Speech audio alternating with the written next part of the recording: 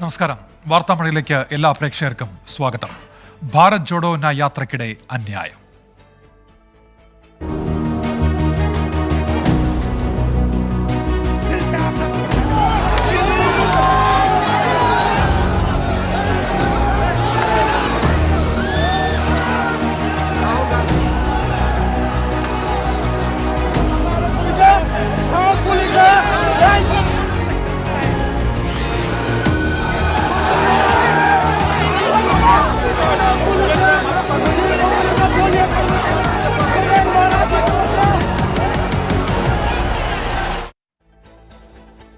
ഭാരത് ജോഡോ യാത്രക്കിടെ അസമിലെ ഗുവാഹത്തിയിൽ സംഘർഷം.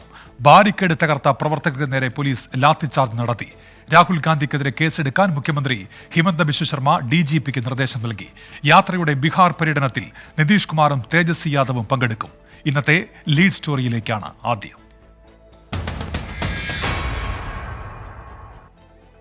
അസമിലെ ജോറബത്തിൽ നിന്നും ഗുവാഹത്തി നഗരത്തിലേക്ക് കടക്കാൻ ശ്രമിക്കുന്നതിനിടെയാണ് ഭാരത് ജോഡോ യാത്ര പോലീസ് തടഞ്ഞത്. പിന്നാലെ പ്രവർത്തകരും പോലീസും തമ്മിൽ ഏറ്റുമുട്ടി. ബാരിക്കേഡ് തകർത്ത് മുന്നോട്ട് പോകാൻ ശ്രമിച്ച പ്രവർത്തകർക്ക് നേരെ പോലീസിന്റെ lathi charge.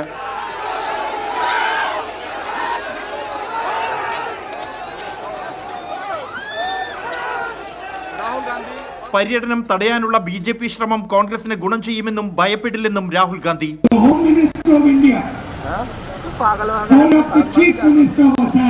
And when the chief minister of Assam's office called up the leadership of your university and said that Rahul Gandhi must not be allowed to speak to the students of his university. സംഘർഷമുണ്ടാക്കാൻ ശ്രമിച്ചതിന് രാഹുലിനെതിരെ കേസെടുക്കാൻ മുഖ്യമന്ത്രി ഹിമന്ത ബിശ്വ ശർമ്മ DGPക്ക് നിർദ്ദേശം നൽകി. വ്യാഴാഴ്ച ബംഗാളിലെത്തുന്ന യാത്രയിലേക്ക് CPIM സംസ്ഥാന secretary Muhammad സലീമിനെ Congress high command പ്രത്യേകം ക്ഷണിച്ചു. എന്നാൽ തൃണമൂൽ കോൺഗ്രസ് വേദിയിലുണ്ടെങ്കിൽ പങ്കെടുക്കില്ലെന്നാണ് CPIMന്റെ നിലപാട്. തൃണമൂൽ ഇതുവരെ തീരുമാനം പ്രഖ്യാപിച്ചിട്ടില്ല. ബീഹാറിൽ നിതീഷ് കുമാറും തേജസ്വി യാദവും യാത്രയിൽ പങ്കെടുക്കും. 24 ഡൽഹി. നമ്മുടെ കേരളത്തിലേക്ക് വന്നാൽ വളരെ പ്രധാനപ്പെട്ട ഒരു വാർത്തയിലേക്കാണ്. അന്വേഷണത്തിനെതിരെ ഷോൺ ജോർജ് ഹൈക്കോടതിയിൽ.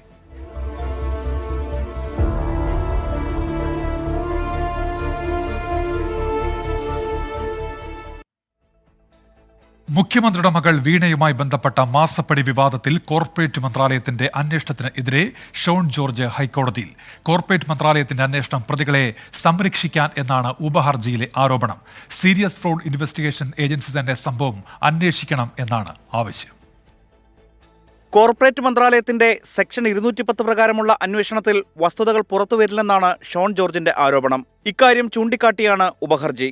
കമ്പനി നിയമത്തിനുള്ളിൽ നിന്ന് അന്വേഷിക്കാൻ മാത്രമേ ROC അധികൃതർക്ക് കഴിയുകയുള്ളൂ. CBI, ED എന്നിവയ്ക്കും കോർപ്പറേറ്റ് മന്ത്രാലയത്തിന്റെ അന്വേഷണത്തിൽ കേസെടുക്കാനാകില്ല. അതുകൊണ്ട് സീരിയസ് ഫ്രോഡ് ഇൻവെസ്റ്റിഗേഷൻ ഏജൻസി തന്നെ സംഭവം അന്വേഷിക്കണമെന്നാണ് ഹർജിയിലെ ആവശ്യം. കോർപ്പറേറ്റ് മന്ത്രാലയത്തിന്റെ അന്വേഷണം പ്രതികളെ സംരക്ഷിക്കാനാണെന്നും നിലവിലുള്ള അന്വേഷണം റദ്ദാക്കണമെന്നും ഉപഹർജിയിലുണ്ട്. 77 ലക്ഷം രൂപ വീണ വിജയന്റെ കമ്പനിക്ക് കടം നൽകിയതിൽ അന്വേഷണം വേണമെന്നും ആവശ്യമുണ്ട്. മാസപ്പടി നൽകിയ കൊച്ചിയിലെ CMRL ഉടമകൾ ഡയറക്ടർമാരായ NBFC വഴിയാണ് എക്സാലോജിക്കിന് കടം നൽകിയത്. വീണയ്ക്കും കമ്പനിക്കും സേവനത്തിന് കിട്ടിയ പ്രതിഫലത്തിന് പുറമെയാണിതെന്ന് വ്യക്തമാക്കുന്ന രേഖകളും ഷോൺ ജോർജ് ഹൈക്കോടതിയിൽ സമർപ്പിച്ചു. ഹർജി നാളെ പരിഗണിക്കും. 24 കൊച്ചി. കോഴിക്കോട് ചക്കിട്ടപ്പാറയിൽ പെൻഷൻ മുടങ്ങിയതിനെ തുടർന്ന് ഭിന്നശേഷിക്കാരൻ ആത്മഹത്യ ചെയ്തെന്ന ആരോപണം. മുതുകാട്ടിലെ വളയത്ത് ജോസഫിനെയാണ് തൂങ്ങി മരിച്ച നിലയിൽ കണ്ടെത്തിയത്. പെൻഷൻ ലഭിച്ചില്ലെങ്കിൽ ആത്മഹത്യ ചെയ്യുമെന്ന് ജോസഫ് പഞ്ചായത്തിന് കത്ത് നൽകിയിരുന്നു. ചക്കിട്ടപ്പാറ പഞ്ചായത്ത് 5-ാം വാർഡിലെ പാപ്പച്ചൻ എന്ന ജോസഫിനെയാണ് ജീവനൊടുക്കിയ നിലയിൽ കണ്ടെത്തിയത്. സർക്കാരിൽ നിന്ന് ലഭിക്കുന്ന പെൻഷനായിരുന്നു ഭിന്നശേഷിക്കാരനായ ജോസഫിന്റെ ആകെയുള്ള വരുമാനം. തനിക്കും കിടപ്പ് രോഗിയായ മകൾക്കും മാസങ്ങളായി പെൻഷൻ മുടങ്ങിയതോടെ ജീവനൊടുക്കുമെന്ന് കാണിച്ച് ജോസഫ് പഞ്ചായത്തിൽ കത്ത് നൽകിയിരുന്നു. കടുത്ത സാമ്പത്തിക ബുദ്ധിമുട്ട് അനുഭവിച്ചിരുന്നുവെന്ന് മക്കൾ 24-നോട് പറഞ്ഞു. പഞ്ചായത്തിലും അതിൻ്റെ മേളെയൊക്കെ പരാതി കൊടുത്തിട്ടുണ്ട് ഈ പെൻഷന് വേണ്ടി. അത് ചാച്ചന് വേണ്ടി മാത്രമല്ല, പെൻഷൻ കിട്ടാത്ത എല്ലാ വ്യക്തികൾക്കും വേണ്ടിയിട്ടാണ്, അല്ലാതെ സ്വന്തം കാര്യത്തിനല്ല. എത്രയോ പേരുണ്ട് ഇതും കൊണ്ട് ജീവിക്കുന്നത്, ആ വ്യക്തികൾക്ക് വേണ്ടിയും കൂടി. ജനങ്ങൾക്ക് വേണ്ടിയിട്ട് പോരാടുക. സ്വന്തം കാര്യത്തിന് വേണ്ടി ഇതുവരെയും പോരാടിയിട്ടില്ല. എന്നുവെച്ചാൽ പട്ടയത്തിനാണെങ്കിലും സ്വന്തം കാര്യത്തിനല്ല, ജനങ്ങൾക്ക് വേണ്ടിയിട്ടാണ് പോരാടി. എന്നാൽ പെൻഷൻ മുടങ്ങിയതല്ല ആത്മഹത്യക്ക് കാരണമെന്ന് പഞ്ചായത്ത് പ്രസിഡന്റ് K. സുനിൽ 24-നോട് പറഞ്ഞു. 8-ാം മാസം വരെ അദ്ദേഹം വാങ്ങിക്കൊണ്ടിരിക്കുന്നത് 2 ആളുടെ പെൻഷനാണ്. അദ്ദേഹത്തിന്റെ പെൻഷനും അദ്ദേഹത്തിന്റെ മകളുടെ രക്ഷിതാവ് എന്ന നിലയിൽ മകളുടെ പെൻഷനും 28,600 റുപ്യ 8 മാസം കൊണ്ട് അദ്ദേഹം പെൻഷൻ കൈപ്പറ്റിയിട്ടുണ്ട്. അപ്പൊ അദ്ദേഹത്തിന് ദൈനംദിന ജീവിതത്തിൽ ഉപജീവനത്തിന് ബുദ്ധിമുട്ടുണ്ടായിരുന്നതായി തോന്നുന്നില്ല. 1 വർഷം മുൻപാണ് ജോസഫിന്റെ ഭാര്യ മരിച്ചത്. പേരാമ്പ്ര താലൂക്ക് ആശുപത്രിയിലേക്ക് മാറ്റിയ മൃതദേഹം പോസ്റ്റ്മോർട്ടത്തിന് ശേഷം ബന്ധുക്കൾക്ക് വിട്ടു നൽകും. ഈ വീട്ടിൽ ജോസഫ് തനിച്ചായിരുന്നു താമസം. സർക്കാരിൽ നിന്ന് ലഭിക്കുന്ന പെൻഷനായിരുന്നു ഏക വരുമാന മാർഗം. മാസങ്ങളോളം ഈ പെൻഷൻ മുടങ്ങിയതോടെയാണ് ഒരു കയറിൻ തുമ്പിൽ ജീവിതമൊടുക്കാൻ ജോസഫ് തീരുമാനമെടുത്തത്. കോഴിക്കോട് ചക്കിട്ടപ്പാറയിൽ നിന്ന് മനു ദാമോദറിനോടൊപ്പം അഭിജിത്ത് മുഴക്കുന്ന് 24. വയനാട്ടിലെ കരടിയെ പിടികൂടാനായില്ല.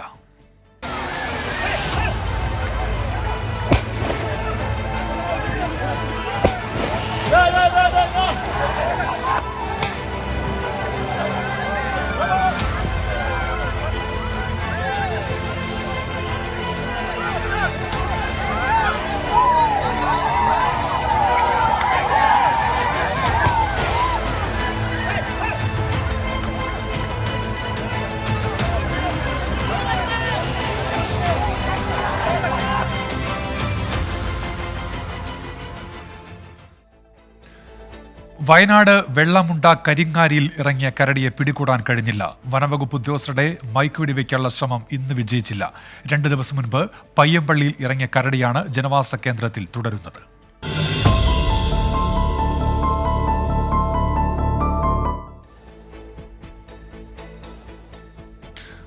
വാർത്തയിലേക്ക് എത്താം.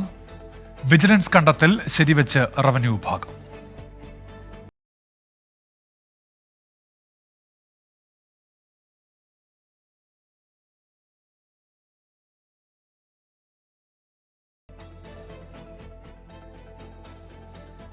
മാത്യു കുഴൽനാടൻ MLA സർക്കാർ ഭൂമി കയ്യേറി എന്ന വിജിലൻസ് കണ്ടെത്തൽ ശരിവെച്ച് റവന്യൂ വിഭാഗം. ഉടുമ്പൻചോല ലാൻഡ് റവന്യൂ തഹസിൽദാർ ജില്ലാ കളക്ടർക്ക് റിപ്പോർട്ട് നൽകി. ചിന്നക്കനാല റിസോർട്ട് സ്ഥിതി ചെയ്യുന്ന ഭൂമിയിൽ 50 സെന്റ് പുറമ്പോക്ക് എന്നാണ് കണ്ടെത്തൽ. 1 ഏക്കർ 21 സെന്റ് സ്ഥലമാണ് മാത്യു കുഴൽനാടന്റെയും കൂട്ടാളിയുടെയും പേരിൽ രജിസ്റ്റർ ചെയ്ത ആധാരത്തിലുള്ളത്. എന്നാൽ വിജിലൻസ് നിർദ്ദേശപ്രകാരം റവന്യൂ വിഭാഗം സ്ഥലമളന്നപ്പോൾ കണ്ടെത്തിയത് 50 സെന്റ് അധിക സർക്കാർ ഭൂമി. മതിൽ കെട്ടിത്തിരിച്ച് ഈ ഭൂമി കയ്യേറ്റമാണ്. സർക്കാർ ഭൂമി തിരിച്ചുപിടിക്കാനുള്ള തുടർ നടപടികൾ ആവശ്യപ്പെട്ട് ഉടുമ്പൻചോല ലാൻഡ് റവന്യൂ തഹസിൽദാർ ജില്ലാ കളക്ടർക്ക് റിപ്പോർട്ട് നൽകി. വിജിലൻസും സർക്കാരിനെ സമീപിക്കും. റിസോർട്ട് വാങ്ങുന്ന സമയത്ത് ഭൂമി അളന്നു നോക്കിയിട്ടില്ലെന്നും സർക്കാർ ഭൂമി ഉണ്ടെങ്കിൽ തുടർ നടപടികൾ സ്വീകരിക്കാമെന്നും മാത്യു കുഴൽനാടൻ നേരത്തെ വ്യക്തമാക്കിയിരുന്നു. 1000 ചതുരശ്ര അടിയുള്ള കെട്ടിടം രജിസ്ട്രേഷനിൽ മറച്ചുവെച്ച മാത്യു കുഴൽനാടൻ നികുതി വെട്ടിപ്പ് നടത്തിയതായും വിജിലൻസ് കണ്ടെത്തിയിട്ടുണ്ട്. റിസോർട്ട് സ്ഥിതി ചെയ്യുന്ന സ്ഥലത്തെ സർക്കാർ ഭൂമി പിടിച്ചെടുത്ത് റവന്യൂ വകുപ്പ് ബോർഡ് സ്ഥാപിച്ചാൽ അത് പ്രതിരോധിക്കാൻ മാത്യു കുഴൽനാടൻ ഒരൽപ്പം വിയർക്കും. ഇടുക്കിയിൽ നിന്ന് വിഷ്ണു സുരേഷ് 24. നേരത്തെ പൂർത്തിയാക്കാൻ കഴിയാതെ പോയ ആ വാർത്തയിലേക്കാണ്. വയനാട് വെള്ളമുണ്ട കരിങ്ങാരിയിൽ ഇറങ്ങിയ കരടിയെ പിടികൂടാൻ കഴിഞ്ഞില്ല. വനവകുപ്പ് ഉദ്യോഗസ്ഥരുടെ മൈക്ക് വെടിവെക്കാനുള്ള ഇന്നത്തെ ശ്രമവും വിജയിച്ചില്ല. ദൗത്യം നാളെയും തുടരും.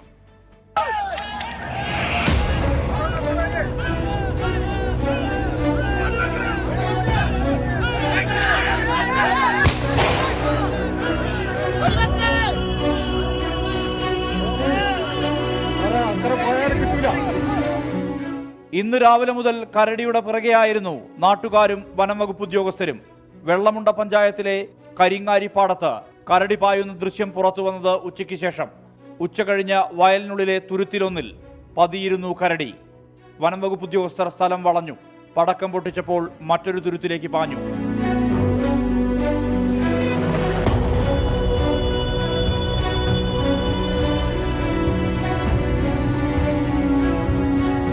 വീണ്ടും വനംവകുപ്പ് ശ്രമം തുടർന്നു. തുടർച്ചയായി പടക്കം പൊട്ടിച്ചതോടെ കരടി വയലിലൂടെ കക്കടവ് ഭാഗത്തേക്ക് നീങ്ങി.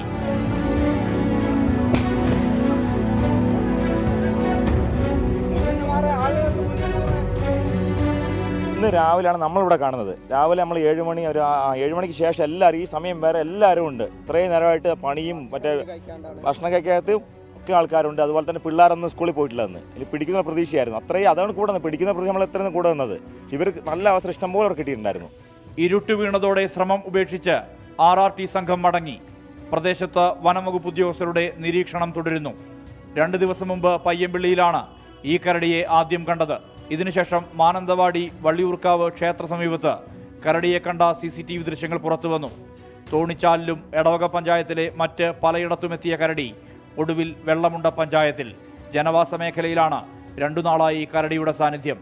ആശങ്ക പങ്കുവയ്ക്കുന്നുണ്ട് നാട്ടുകാർ. പ്രകാശൻ പള്ളത്തിനൊപ്പം സുർജിത്ത് അയ്യപ്പത്ത്, 24 വയനാട്. അനീസിയുടെ ആത്മഹത്യയിൽ അന്വേഷണത്തിന് ഉത്തരവ്.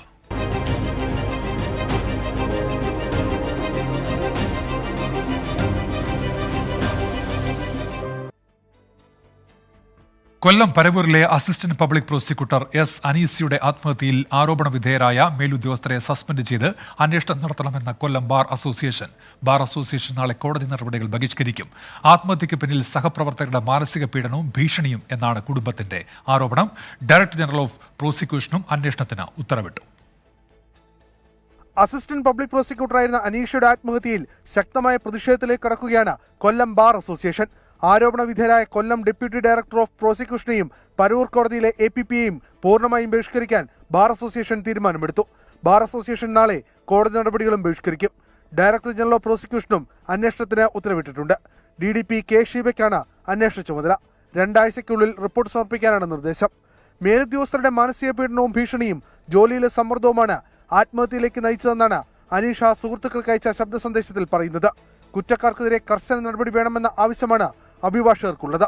യാതൊരുവിധ കറപ്ഷനും ഇല്ലാത്ത ഒരു APP ആയിട്ടാണ് ഞങ്ങൾക്ക് ബോധ്യമുള്ളത്. സൗഹൃദങ്ങൾ ഉണ്ടെങ്കിൽ പോലും അത് കോടതിയെ സമീപിക്കുമ്പോൾ അവർ അവരുടെ കർശനമായ നിലപാടിൽ തന്നെയാണ് എന്നും നിന്നിട്ടുള്ളത്. ഈ DDPയും മറ്റ് ആരോപണ വിധേയരായിട്ടുള്ള പ്രോസിക്യൂട്ടറും ഒഴികെയുള്ള മറ്റൊരു പ്രോസിക്യൂട്ടർ ഇതിനകത്ത് ഇടപെട്ടു എന്നാണ് ഞങ്ങൾക്ക് മനസ്സിലാക്കാൻ കഴിഞ്ഞിട്ടുള്ളത്. അത് ആരാണെന്ന് ഞങ്ങൾ പറയുന്നില്ല. അത് ആരായാലും അത് അന്വേഷിച്ച് കണ്ടെത്തേണ്ട ജോലി പോലീസിന്റേതാണ്. വനിതാ കമ്മീഷനും അനീഷയുടെ വീട് സന്ദർശിച്ചു. അതേസമയം ആത്മഹത്യയിലേക്ക് നയിച്ച കാരണങ്ങൾ വിശദമായി എഴുതിയിരുന്ന ബുക്കും പോലീസിന് ലഭിച്ചിട്ടുണ്ട്. കേസ് നിയമപരമായി നേരിടാനാണ് അനീഷയുടെ കുടുംബത്തിന്റെ തീരുമാനം. മാവേലിക്കര സെഷൻസ് കോടതി ജഡ്ജ് അജിത് കുമാറാണ് അനീഷയുടെ ഭർത്താവ്. സംഭവത്തിൽ മഹിളാ കോൺഗ്രസും കളക്ടറുടെ ഓഫീസിന് മുന്നിൽ പ്രതിഷേധം സംഘടിപ്പിച്ചു. 24 കൊല്ലം. വാർത്താമഴയിലേക്ക് തിരികെ. പാർലമെന്റ് തെരഞ്ഞെടുപ്പിൽ സീറ്റ് വിഭജനം ഉൾപ്പെടെ ചർച്ച ചെയ്യാൻ UDF. ഈ മാസം 25 മുതൽ ഫെബ്രുവരി 1 വരെ തിരുവനന്തപുരത്ത് ചർച്ചകൾ നടക്കും. പാർലമെന്റ് തെരഞ്ഞെടുപ്പുമായി ബന്ധപ്പെട്ട് ഒരുക്കങ്ങളിലേക്ക് നേരത്തെ കടക്കുകയാണ് UDF. ഇതിന്റെ ഭാഗമായാണ് ഉഭയകക്ഷി ചർച്ച. ജനുവരി 25-ന് കേരള കോൺഗ്രസ് ജോസഫ് വിഭാഗവുമായാണ് നേതൃത്വത്തിന്റെ ആദ്യ ചർച്ച.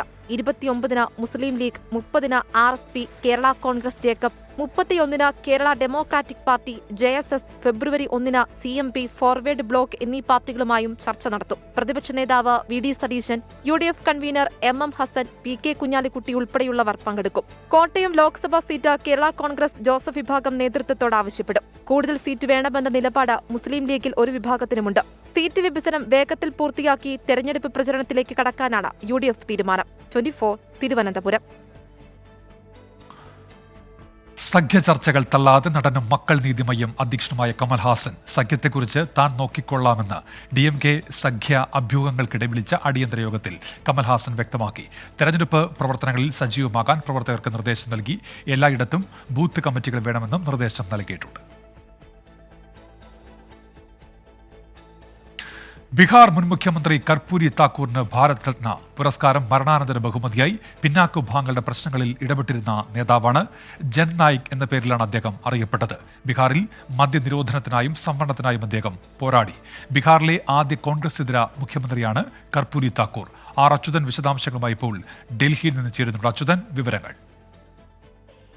ഉന്മേഷ്, ബീഹാർ ജനതയെ സംബന്ധിച്ച് പരിചയപ്പെടുത്തേണ്ട കാര്യമില്ല കർപ്പൂരി ഠാക്കൂറിനെ കുറിച്ച്. കാര്യം അദ്ദേഹം മുൻപ് മുതൽ തന്നെ അദ്ദേഹത്തിന്റെ പ്രവർത്തന മണ്ഡലത്തിലൊക്കെ തന്നെ അദ്ദേഹം ജനപ്രീതിയുള്ള ഒരു നേതാവായിരുന്നു. അദ്ദേഹത്തിനാണ് ഇപ്പോൾ ഈ ഭാരതരത്ന പുരസ്കാരം നൽകിയിരിക്കുന്നത്. മരണാനന്തര ബഹുമതിയായി കൂടിയാണ് ഈ പുരസ്കാരം ഇപ്പോൾ നൽകിയിരിക്കുന്നത്.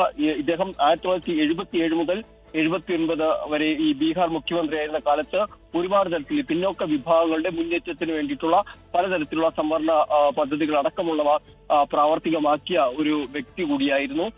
ഒപ്പം തന്നെ പലതരത്തിൽ സാമൂഹ്യക്ഷേമത്തിനായി പ്രവർത്തിച്ചതടക്കമുള്ള ഒരു പാരമ്പര്യം അദ്ദേഹത്തിനുണ്ട്.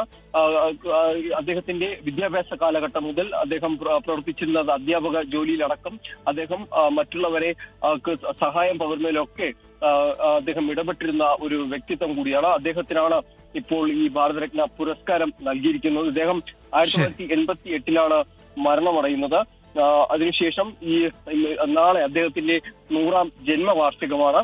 ആ 100ാം ജന്മവാർഷികത്തിലാണ് ഈ ഒരു ഭാരതരത്ന പുരസ്കാരം ഇപ്പോൾ നൽകിയിരിക്കുന്നത്. ഇതുമായി ബന്ധപ്പെട്ട പ്രധാനമന്ത്രി നരേന്ദ്രമോദി അച്യുതനാണ് ഡൽഹിയിൽ നിന്ന് വിവരങ്ങൾ നൽകിയത്. അയോധ്യ രാമക്ഷേത്രം പൊതുജനങ്ങൾക്കായി തുറന്നു നൽകി.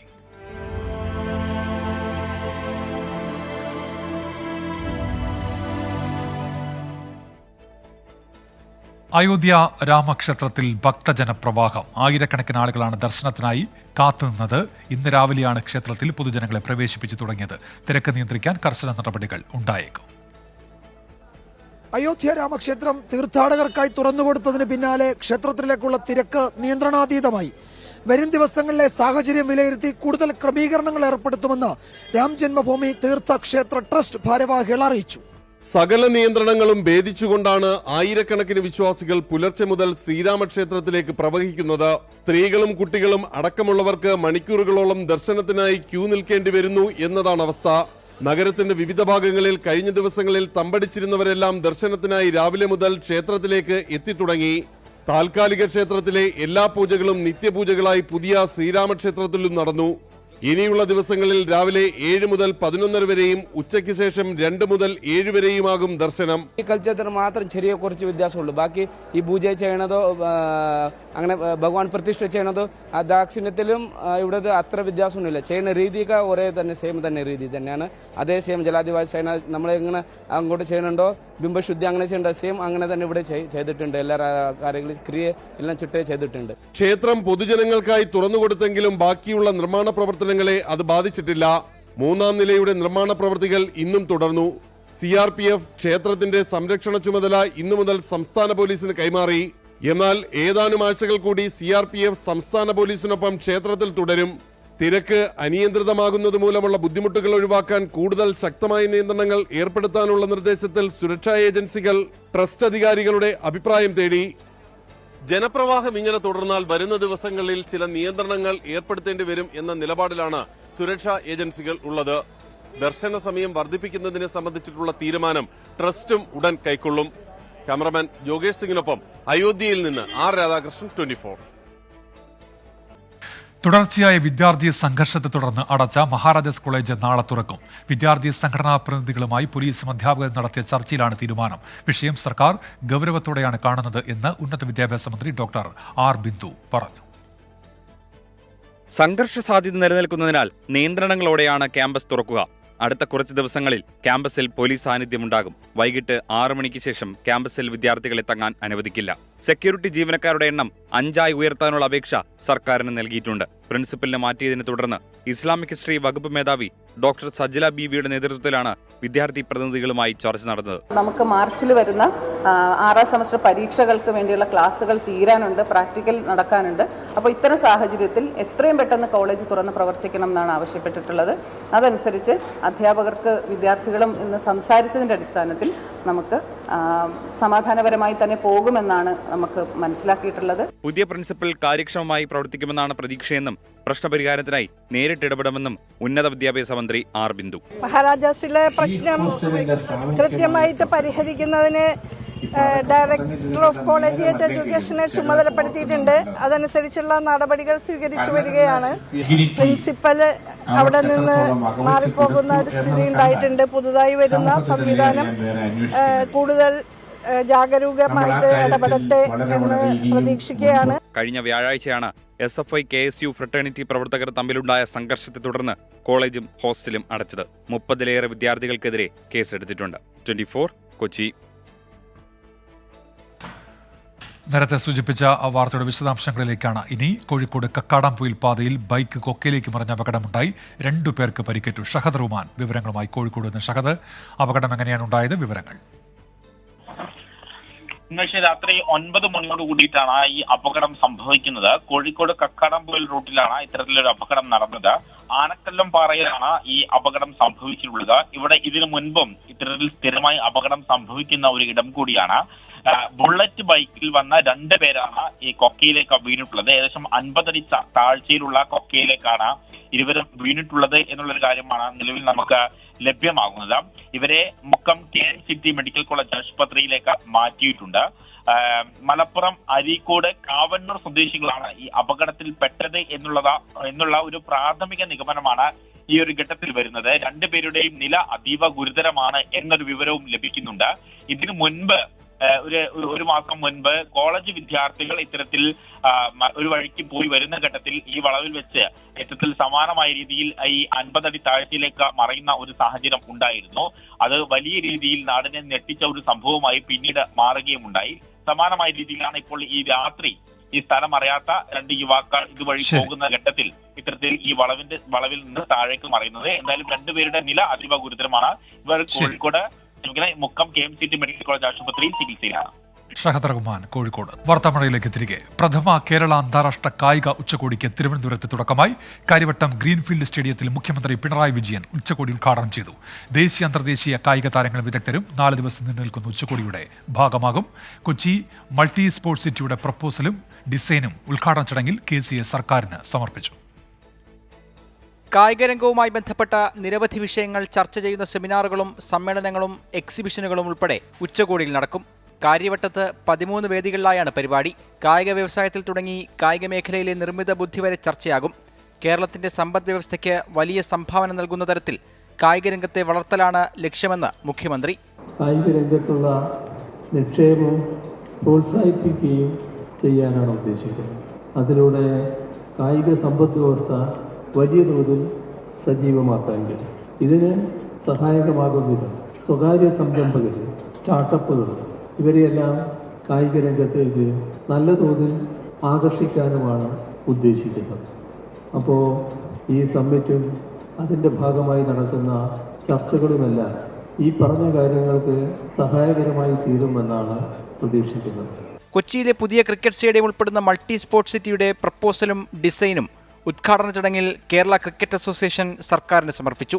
Eco Park and Water Sports Park, Sports Medicine, Fitness Center, E-Sports Arena, Entertainment Zone and Clubhouse. സംസ്ഥാനത്തെ കായിക മേഖലയിലെ പുതിയ പദ്ധതികളുടെ പ്രഖ്യാപനങ്ങളും ഉച്ചകോടിയിലുണ്ടാകും. 24 തിരുവനന്തപുരം. തൊട്ടപ്പള്ളിയിൽ കരിമണൽ ഖനനത്തിന് അനുമതി നൽകിയിട്ടില്ലെന്ന് കേന്ദ്രം.